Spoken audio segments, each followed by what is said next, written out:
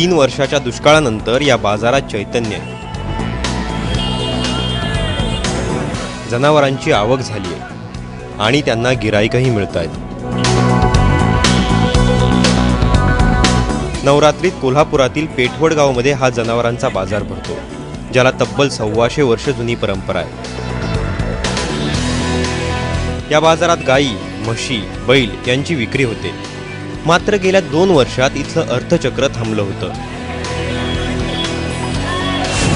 शाहू महाराजांच्या काळापासून जो बाजार भरतो आणि पश्चिम महाराष्ट्रातील अतिशय चांगला बाजार म्हणून या कोल्हापूरच्या वडगाव बाजारकडे पाहिलं जातं. त्याचप्रमाणे गेल्या वर्षीच्या बाजार जर पाहिलं तर गेल्या वर्षीच्या बाजारपेक्षा या वर्षीच्या बाजारमध्ये अतिशय चांगली जनावरं आलेले आहेत. गेल्या वर्षी 4 ते 4.5 कोटीची उलाढाल झालेली होती. या वर्षी 5 ते 6 कोटीची उलाढाल होईल. यंदा बाजारात खिलार, माणदेशी, म्हैसूरी आणि जवारी जातीच्या तब्बल 1000 जोडी बैलांची आवक झाली. 50,000 रुपयांपासून ते 4 लाख रुपयांपर्यंत बैलाची किंमत लावली गेली, ज्याला गिराईकही चांगलं मिळालं. तर 800 म्हशींची आवक झाली, ज्याला बाजारात 1.5 लाखांपर्यंतचा दर मिळाला.